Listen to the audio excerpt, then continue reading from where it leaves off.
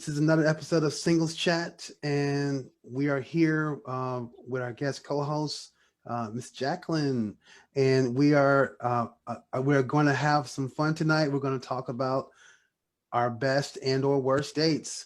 But before we get started, I want Matthew to pray us in. Excellent. So, Lord, we thank you for our discussion for this episode. I thank you that those that watch it will get wisdom and insight from it. Lord, let our words be pleasing to you and let it bring wisdom to the listeners and give us the words to speak as we speak. In Jesus' name, amen. I'll go ahead and say my story. This is my best date, my favorite date. I went down to California. My girlfriend at the time wanted to take me to the Walk of Fame down in Hollywood. It was pretty cool. I saw a movie being filmed. I got to see all these different celebrities on these stars, and then she decided to play a joke on me when she had me take a picture by the statue. And if you've been down to Hollywood, you know that statues in Hollywood are not real statues. They're actually people. But I didn't know that at the time. So I was just taking this picture, and she's like, no, stand back a little bit further, a little bit further. Kept stepping back further and further for the perfect shot. And she had her camera. She's like, no, keep going back. And then after a while, I started to feel a little funny, like, what is she trying to get at? You know, the statue behind me, what is she trying to get at? And then after a while, the statue came alive. It's like, come on, brother, can't you tell that she's trying to take a picture of you? So yeah, that was fun. We got to like go to the Jimmy Kimmel back lot, and I met all the Jimmy Kimmel comic book characters. I got to see a Harlem Globetrotter impersonator. This guy had a basketball, and he would put it on your finger and spin the ball on your finger. It was a lot of fun. So that was my best date in Hollywood. So Jacqueline, what about you? I guess I could share either one, but if we need a good laugh right now, I can share probably one of the worst dates I went on, which wasn't that bad. It was just kind of hilarious and then painful. I just met this guy and we decided to go on a hike together in SoCal. So SoCal is like a ton of different hikes you can go on. You kind of just have to drive to the location and find the parking. Well, when I had gotten there, first I was like super late and I didn't know where this hike was supposed to begin. So I ended up in someone's like backyard. I mean, I followed the directions, but apparently I followed it to not that well. Anyway, so when I finally got there, we hike up to like the top of this mountain, and it's probably like a 1 mile hike by 1,000 elevation. And when we get to the top, he like he throws up. and I'm just like, dude, it wasn't that intense of a hike, but okay. And then after that, we get to the bottom, and you know he's feeling pretty embarrassed, but we're just like, oh, let's do something to like, you know, just to help that connection.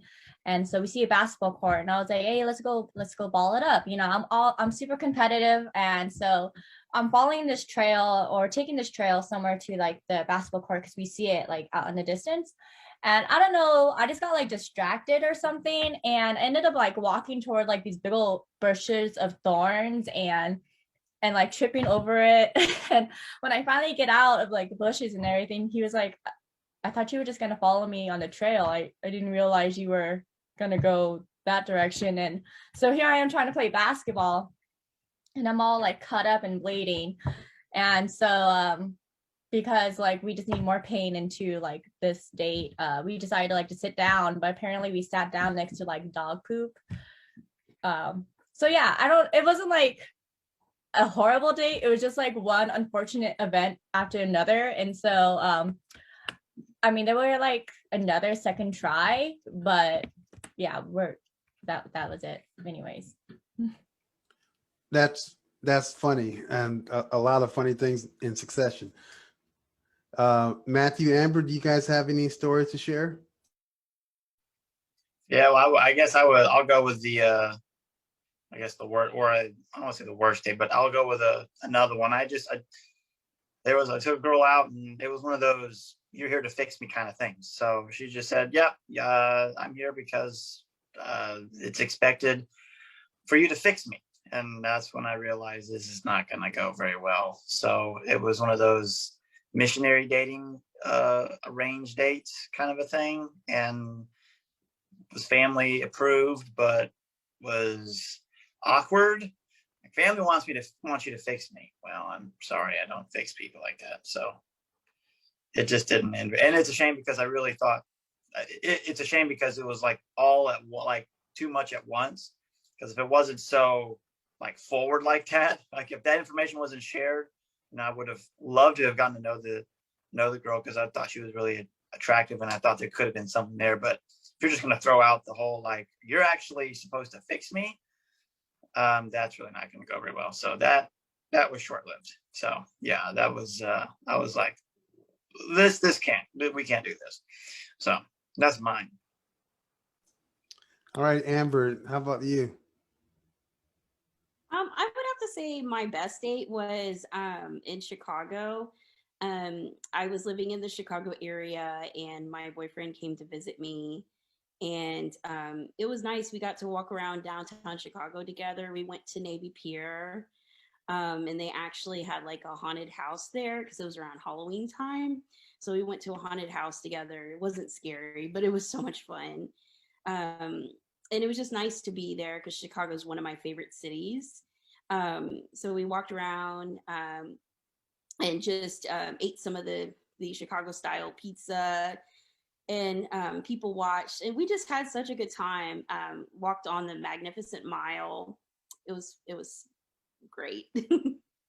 So with all these dates and best and or worst, um, I guess we can learn from these dates because um, you know, in a sense, we grew up from those dates. We had experiences that we didn't have before, and even though the relationships didn't necessarily continue, we did have some fond memories that we wouldn't have otherwise. So all the time you spend with people is worth um, learning from. It's worth growing from. At least I think. So another question for you guys in regards to like purity culture, how does that affect our dating? It makes us not. Um, I'm very opinionated on purity culture because, all right, the idea is good because purity, you want to live a life of purity, but it's really turned into legalism, is really what it has turned into. And it's really made a lot of people very self centered, condescending, self righteous, egotistical, and unapproachable. And, and welcome to the Western Church. Welcome to being, and this is why we have so many singles in our churches. No one talks to each other. No one can talk to each other. No one wants to talk to each other. We're afraid of each other. We think we cause each other to stumble. We think we cause each other to sin, and we think God's going to do our job for us. So purity culture, the idea is good because we do need to live in purity. We want to make sure that we put God first in our relationships. But basically, what it is like we just basically God does our job for us, and just someone just magically appears for us. This is just my experience with it, and so I really have a lot of angst against what purity culture has become. And so that's my introduction to that salvo right there. All right, ladies, do you have any thoughts on purity culture and how it affects dating in the church? Yes, I do. I feel like purity culture is it can be toxic, to be honest with you. A lot of it is directed towards women and all the things that women need to do to control other people's actions. Um, to me, it doesn't give accountability. Um, And also too, it really shows support for the statement that people say, which is women's bodies aren't responsible for men's actions, because a lot of it is you need to cover up, you need to not wear so much makeup, don't do this with your hair, don't do that, don't wear this. It also, I would say, body shames women as well. If you are maybe more curvy in certain areas, then they want you covered. And so, and I personally have witnessed that in the church. And it shames people, it teaches people to not love themselves the way that God made them. you know a lot of the modesty is geared towards women as well. You're not dressing like this, you're not dressing like that, you need to be covered at all times, your hair needs to be covered, your dress needs to be long at all times. Such extremes, versus allowing that person to have some sort of personal style, and allowing them to accept the way that God made them and love themselves the way that they are, because this is the body that you're given. You should, yes, honor your body, absolutely, but at the same time, you shouldn't feel ashamed of it or feel like you're causing other people to stumble. Men have to be responsible for their actions, regardless of what a woman's got on or wearing. It doesn't give them the right to sin, doesn't give them the right to harass or belittle a woman because of whatever she's got on, whether she's dressed ultra modest and covered head to toe, or she is wearing a short skirt and a tube top, whatever the case may be. It doesn't give the man the right to be disrespectful. And then men, they have a choice. They can look away. They can redirect their thoughts. People need to take personal accountability and responsibility.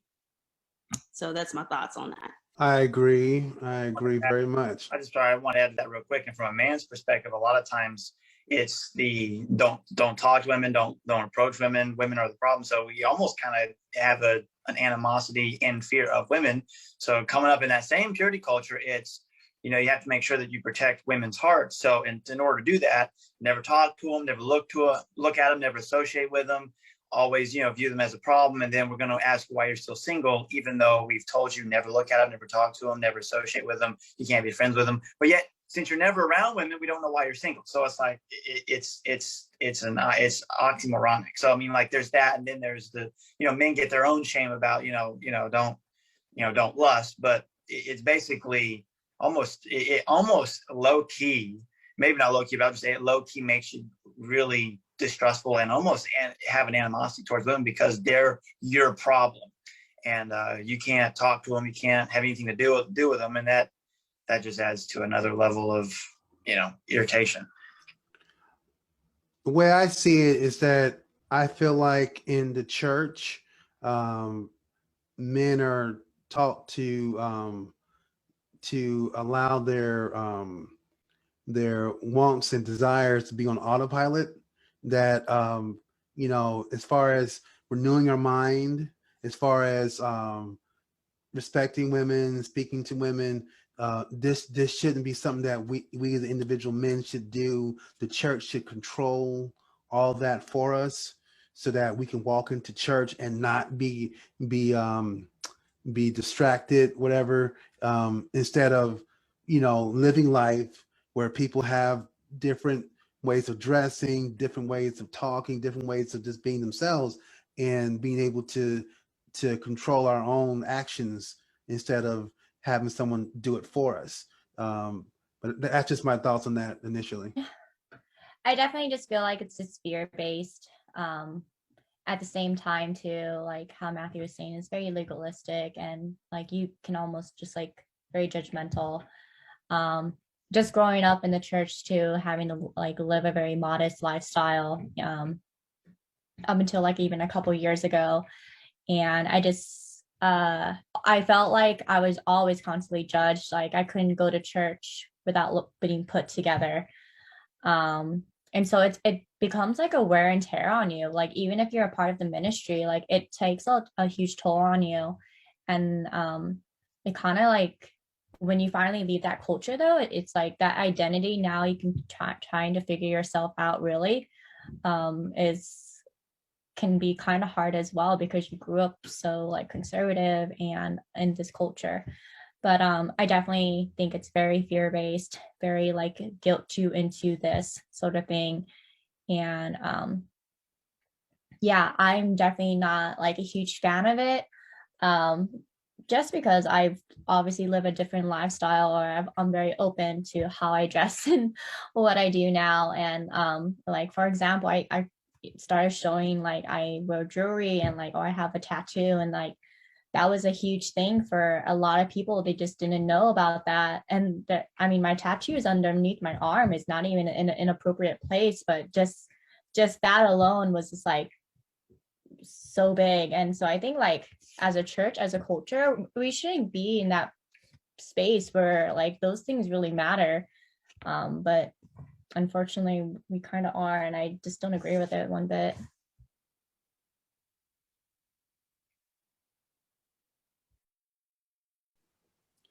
So I think purity culture has not helped us as young adults. I think it's hindered us a lot.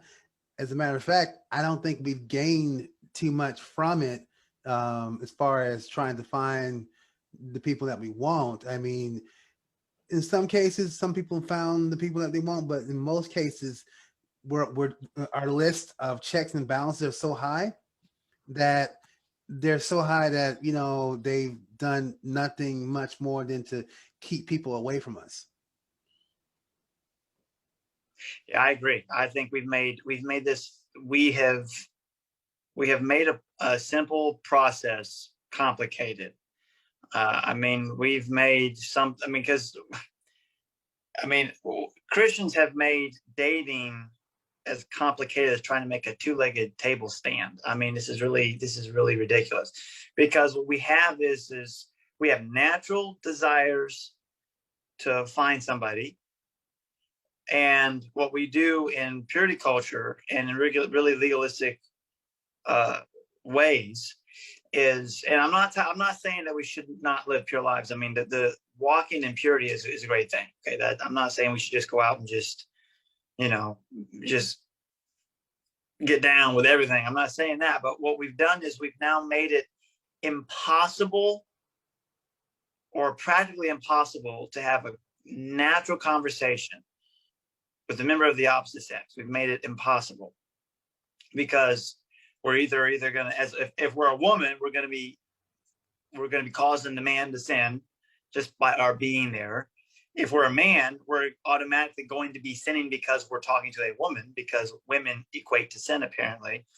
And we've also made it, we've made the process of finding a spouse unrealistic.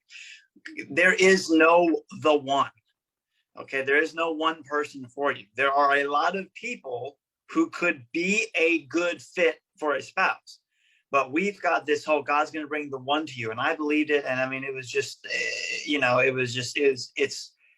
a fairy tale because there's not one person for you. So we've made everybody super spiritual about the process, which makes us have super spiritual pickup lines like, God told me you're my spouse, which is ridiculous because can God do that? Yes, but really God's given us a brain for a reason. But purity culture just makes us just throw it out and just be like, well, I'm not going to talk to anybody. I'm not going to associate with anybody. I'm not going to look at anybody. And then just presto, there's going to be this person that boom, I'm going to marry him, and I'm going to marry him in like 3 months. I know nothing about him. And then we're going to wonder how to do life. That's ridiculous. And I don't know of any other religious group that does that. I mean, maybe I'm not as studied as I thought I was, but I don't know of any other religious group that has such a really primitive way of looking at how relationships start. People that I know who have healthy relationships, they have healthy relationships and they got married because they communicated and actually talked to people. Imagine that. Talking to people and befriending people leads to relationship, something that a lot of churchy people don't understand. And the problem about it is it creeps not only into our relationships, but it really creeps into our ability to be a Christian. Because we're not going to talk, if we're afraid to talk to members of the opposite sex, for relationship and for dating, then we're not going to share the gospel as effectively as we could, because it involves talking, and it might involve talking to someone that, so it really, we've just really become, like we've lost touch with basic human communication.